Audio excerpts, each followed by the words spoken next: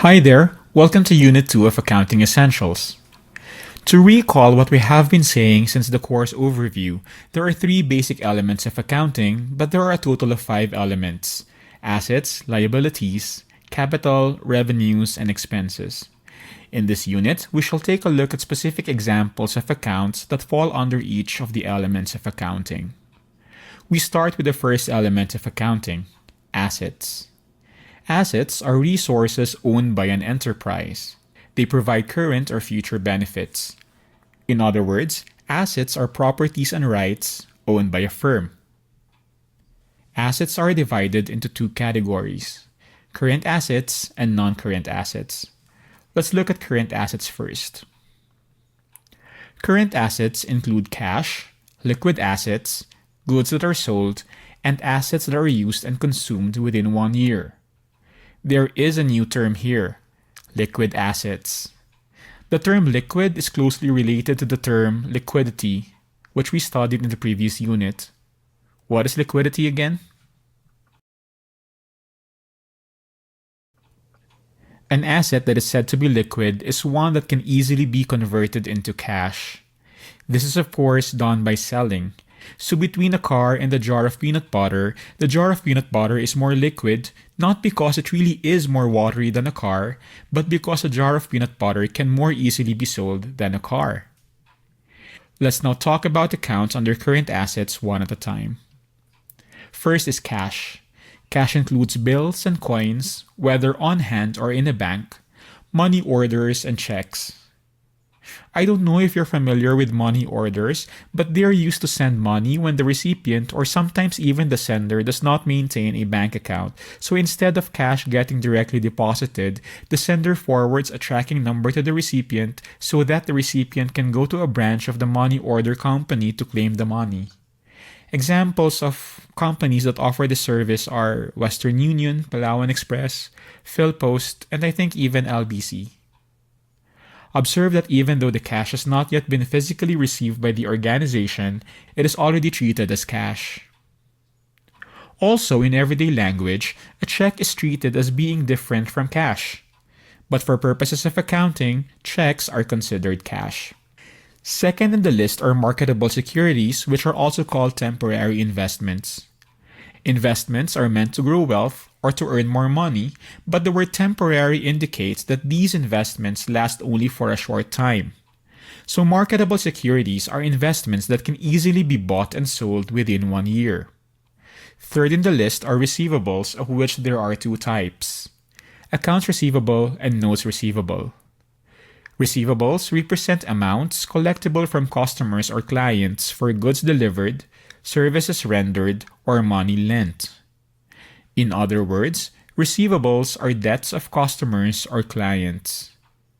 What differentiates accounts receivable from notes receivable is that notes receivable are supported by formal promises to pay called promissory notes, while accounts receivable are not.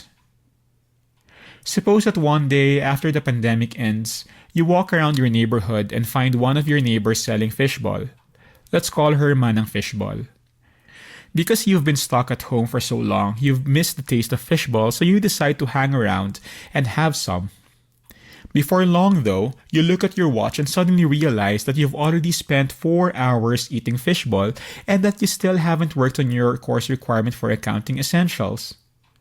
So you decide to pay, but Manang Fishball tells you you've eaten 5,000 pesos worth of fishball. Because you don't have the money on you to pay Manang Fishball, you promise to pay Manang Fishball later. Since Manang Fishball knows you, Manang Fishball agrees. You now owe Manang Fishball, and Manang Fishball has a collectible or receivable from you. What type of receivable do you suppose Manang Fishball has from you?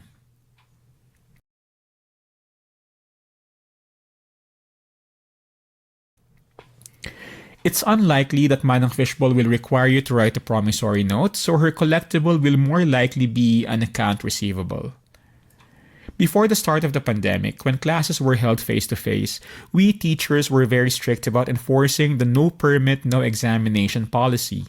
This meant that students who weren't able to pay their tuition fee installment before the midterms or finals were not allowed to take the exam. However, students were allowed to submit a document called a promissory note, promising that they would settle their account within a specified number of days. UC has a collectible or receivable from the student, and because the student is required to submit a promissory note, the type of receivable UC has in this case is a note receivable. The fourth type of current assets are inventories. Inventory refers to assets that are held by the business and are intended to be sold in the ordinary course of business. In the case of a manufacturing business, inventory also includes raw materials that are to be consumed in the production of finished goods. The inventory of a sari-sari store may consist of crackers, canned goods, candy, soy sauce, vinegar, paper, chips, and so on. An appliance store may have an inventory consisting of microwave ovens, televisions, washers and dryers, and so on. Realtors have an inventory consisting of houses, buildings, apartments, land, and so on. Consider a small store that expands or grows into a bigger one. Because the store expanded, it needed a bigger refrigerator to keep certain merchandise cold or frozen. The store owner then decides to sell the old refrigerator instead of throwing it out. Now, when the store was still small, the refrigerator wasn't considered to be a part of inventory. But now that it is being sold, does it become part of inventory?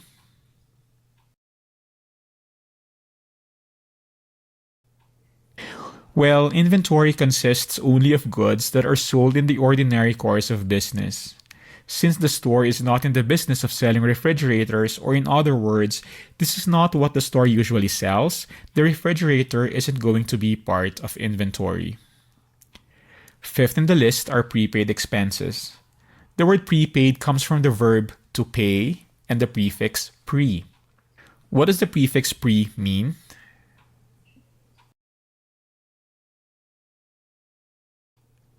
Prepaid expenses, then, are expenses that are paid for before they are used or consumed. If your mobile number is a prepaid account, then you're already familiar with the concept of prepaid expenses. Before you can send texts, make calls, or use cellular data to connect to the internet, you have to pay for the services in advance. In other words, you have to purchase prepaid load for your account before you can use a cellular service. The important word here is the word before.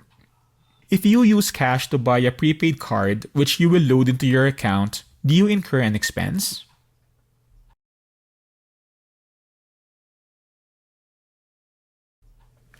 The answer is no.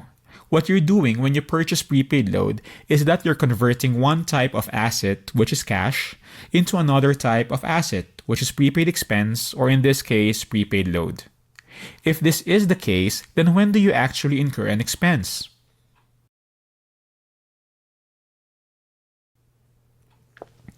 You only incur an expense after you make your first call, send your first text, or subscribe to a promo. It is important to remember that you only incur an expense after you actually use or consume something. So if your mom scolds you for spending too much on prepaid load, you can tell your mom that you're not really actually spending, but you're just converting one form of asset into another. Examples of prepaid expenses include prepaid rent, prepaid insurance, and prepaid advertising. Last on the list for current assets is supplies.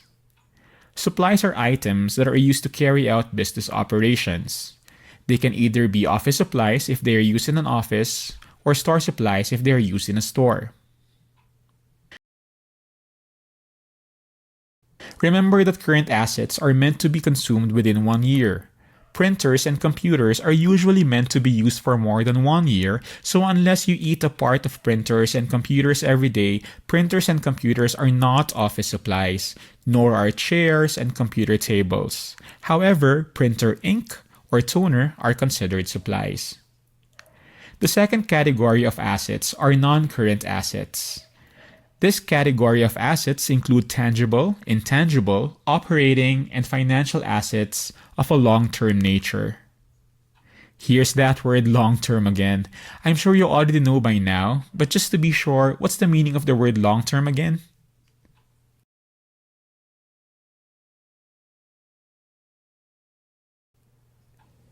Right, so all assets that are not expected to be consumed within 1 year falls under the category of non-current assets.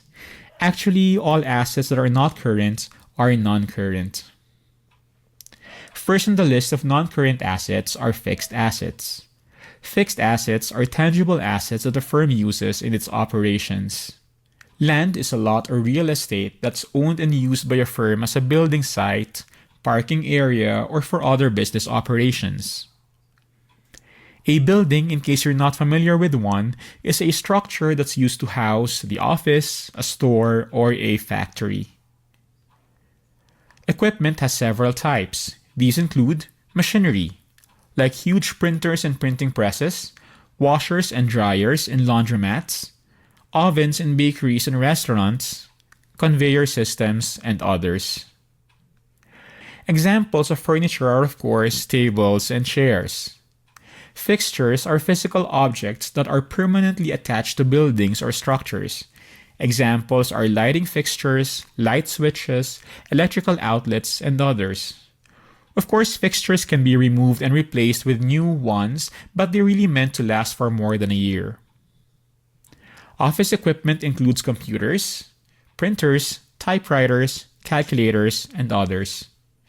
Store equipment includes cash registers, weighing scales, refrigerators, calculators, because calculators can be used in either offices or stores, and others. Delivery equipment consists of equipment that are used for delivery or panganganak. What are examples of equipment that are used for delivery? Well, we have trucks, pickups, vans, motorcycles, scooters, and others. The second item on the list of non-current assets are long-term investments. Similar to marketable securities or temporary investments that we talked about earlier, long-term investments are assets that are held for the accretion of wealth and are not directly related to the operating activities of the business. The word accretion means accumulation or growth. So the purpose of investing is to accumulate more wealth. Consider, for example, a business like a funeral home. Let's say that after some years of operation, the business has made enormous income, so it now has some cash to use to grow the business. One option to use the cash is to open another branch of the business at a different location, perhaps a different city or a different province. A second option is for the business to venture out into a different type of business, such as building a restaurant. So maybe right next to the funeral home, the business can consider putting up a restaurant that serves bopis, sisig, pinapaitan, so that when people who visit the funeral home get hungry, then they have somewhere to eat. A third option is for the business to make investments in corporations or even in the government. Two options for investments are investments in stocks and investments in bonds. Again, these are long-term investments, which means they're meant to be held for more than 1 year. Also, both these investments have nothing to do with the operating activities of the existing business. We talked about stocks and how corporations work in the last unit. In that lesson video, we said that investors in corporations earn in two ways, through dividends and capital appreciation. Capital appreciation means that investors buy stocks when stock prices are low and sell stocks when stock prices are high. The capacity to earn in the stock market is high. It's possible to earn more than 4 times your investment in the stock market in just a few days, but the risks are also high. It is possible for you to lose your investment if the corporation you invested in does not do well. This is the stock data for Converge ICT Solutions. When it was first traded on October 26, 2020, its price per share was 13.20, which was its lowest price in 52 weeks. But as of September 6, its price per share has grown to 31.50, which means that if you had invested less than a year ago, you would have more than doubled your money by now. Meanwhile, this is the stock data for the third Philippine telco, Dito. A year ago, its lowest price was 3.24 pesos per share. A few weeks before the public launching of its services, its stock prices suddenly went up, its highest price reaching 19 pesos per share. So investors who bought stocks of Dito at 3.24 per share earned more than 600% of their investments if they sold their stocks when Dito reached 19 pesos. Observe though that immediately after peaking at 19 pesos, the stock price fell and has been around this range since around March 2021. So those who invested when share prices were high would currently be at a loss around this time. The point is, stock prices are volatile. They constantly change. So investing in stocks is a high yield, high risk investment. The other option for investments is investing in bonds. When governments or companies want to raise funds, they can borrow from investors by offering bonds. Simply put, a bond is a loan taken out by a company or the government. These companies that borrow money are not small companies. We're talking here about big, established corporations that need to raise additional funding by finding investors instead of borrowing from a bank. Compared to stocks, bonds yield low returns, like around 2 to 5% per year depending on who is issuing the bonds, but are way less risky than stocks. Investing in bonds is a low-yield, low-risk investment. The third type of non-current assets are intangible assets. These are non-monetary assets without physical substance, hence intangible. The adjective non-monetary means that these assets do not have a precise value in terms of money, but they add value to the business. The first and second examples of intangible assets are patent and copyright.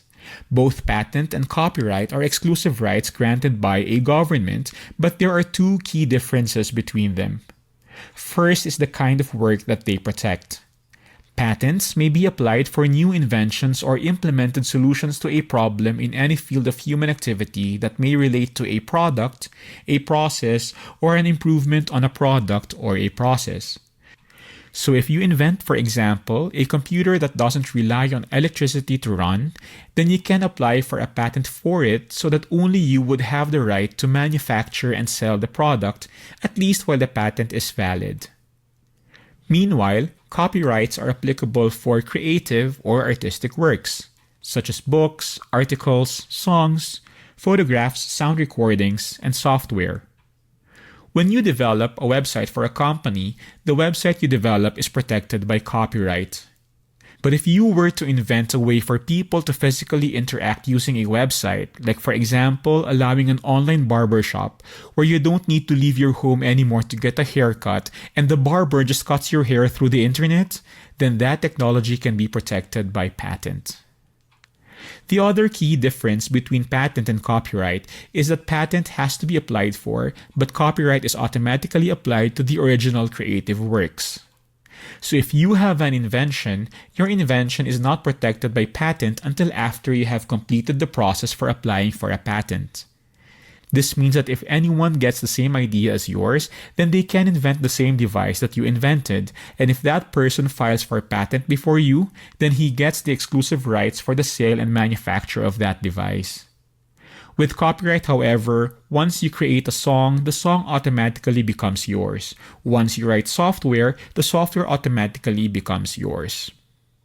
The third intangible asset is trademark. A trademark is a name, or a phrase, or a symbol, or a design that is used to distinguish a product or service from others. For example, Colgate, Crest, Close-Up, and Sensodyne are names of toothpastes that are sold in the Philippines. This symbol is a trademark of McDonald's, Audi, Nike, Jollibee, and UC. The law on patent, copyright, and trademark is actually so broad, so we won't be tackling the details about these in Accounting Essentials. You will talk more about them when you get to your computer ethics class. Fourth in the list is franchise. A franchise is a right or privilege granted by a franchisor to a franchisee. There are two categories of franchises. In a public franchise, the government allows a private entity to use public property in performing services. If you owned a piece of land and wanted to do business by selling fishbowl on that land, then you're free to do so because you own the property. But if you have a car and want to earn money by starting a taxi service, then you're going to have to ask permission from the government first because the roads are not your personal property. This permission is manifested in the form of a franchise that you need to apply for. In a private franchise, the franchisor is a private company and the franchisee acquires the right to use the brand name, the operations of the business, marketing materials, prices, products, software, and all other proprietary material of the franchisor. Typically, the franchisee pays an upfront franchise fee and would often pay a percentage of its profits to the franchisor. So if you have money to start up a business, say a convenience store, then you can go ahead and build your own unique store with your own trademark and branding. Or you can apply to franchise a 7-Eleven. If you do franchise a 7-Eleven, you'll have to pay the franchise fee, which is not exactly cheap. But why would you still want to consider franchising instead of putting up your own business?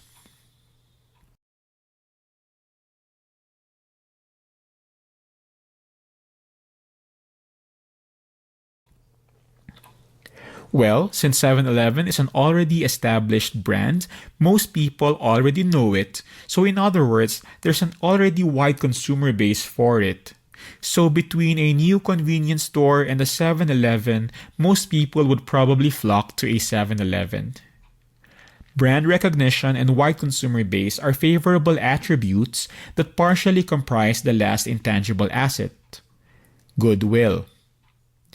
Goodwill is the value of all favorable or desirable attributes that are associated with a business enterprise. This includes the value of the brand name, as we earlier mentioned, capable staff and personnel, solid customer base, again as we earlier mentioned, excellent customer relations, and others. Let me ask you a question. What were the top 3 reasons that you chose UC over other universities in Baguio or in the Philippines? What were the unique characteristics or attributes of UC that convinced you to choose this university? Well, I'm assuming that whatever reasons you mentioned in your answers are positive qualities that are associated with UC. Those are examples of goodwill. Goodwill is also the reason why you choose and are possibly loyal to some brands. We now move on to the next element of accounting, liabilities. We've defined liabilities in the course overview to be everything that a business owes. More formally, we can define liabilities as obligations of an enterprise for past transactions. By the way, for our purposes, we will freely interchange the terms enterprise, organization, firm, and business. So if you hear me use the word business to talk about an accounting concept, then the concept is also true or applicable for other types of organizations that use accounting. Now, liabilities are settled through cash, goods, or services. Like assets, liabilities also have 2 major classifications: current liabilities and non-current liabilities. Current liabilities include obligations which are expected to be settled within a short-term period. Some current liabilities include accounts payable and notes payable. Both accounts and notes payable are indebtedness for the purchase of goods or services. The difference between them is analogous to the difference between accounts receivable and notes receivable. Notes payable are supported by promissory notes, while accounts payable are not. Remember the earlier example of eating 5,000 pesos worth of fishball but not being able to pay? We said in that example that Manang Fishball has an account receivable from you because there is an amount that's collectible from you. Well, if Manang Fishball has an account receivable, then you, the customer, have an account payable. This means that you have an obligation to pay what you owe Manang Fishball at a later time. The other example we used earlier involves students who were not able to settle their school fees and were asked by UC to prepare a promissory note. In that illustration, we said that UC had a note receivable. If you look at this from the point of view of the student, then we would see that the student would have a note payable, meaning the student has an obligation to pay his tuition fees at a later time, and this obligation is supported by a promissory note. Communications payable include obligations to communications companies for postage, courier services, telephone services, internet connectivity, and similar services. Utilities payable are obligations to pay utility companies. For our purposes, we define utility companies as companies that provide one of two services, electricity and water. When you receive a bill from the Pangasinan Electric Cooperative or Panelco, then you have a utility payable. Expressing that another way, you will only have a utility payable after you receive a bill from a utility company. Taxes and licenses payable are payables to the government in the form of business taxes, transfer taxes, income taxes, business permits, and others. Unearned revenues are obligations for goods or services that a company must deliver or provide at a future time. Let's go back to Manang Fishball. Suppose we've already paid the 5,000 pesos we owe her, and because we had extra money and we loved her fishball so much, we decided to pay 5,000 pesos in advance for fishball that we will be eating in the future. In this transaction, we would have an asset, specifically a prepaid expense, because we're paying for the goods before we consume them. Manang Fishball, though, has a liability called unearned revenue. This means that she has an obligation to provide fishball for us in the future.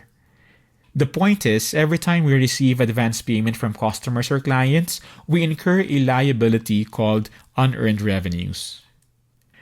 Finally, accrued liabilities or accrued expenses are expenses that have been incurred but are not yet due for payment.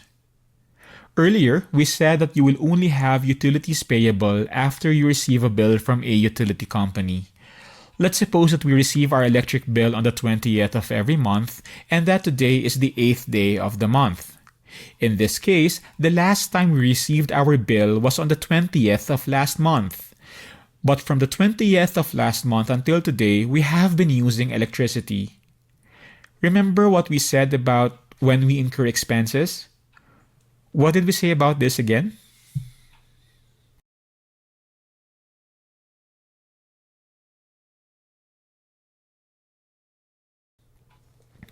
We said that we only incur an expense after we use or consume something. So because we have been using electricity since the last time we were billed on the 20th last month, then it means that we have been incurring an expense. But since we have not yet been billed since last month, we have an accrued liability or unaccrued expense for our usage from the 20th last month until today. We now proceed to non-current liabilities. Non-current liabilities are obligations that are not due for payment within 1 year. A long-term note payable is an obligation evidenced by a promissory note that is payable beyond 1 year. Earlier, we discussed two types of long-term investments that a business can make. What are those two again?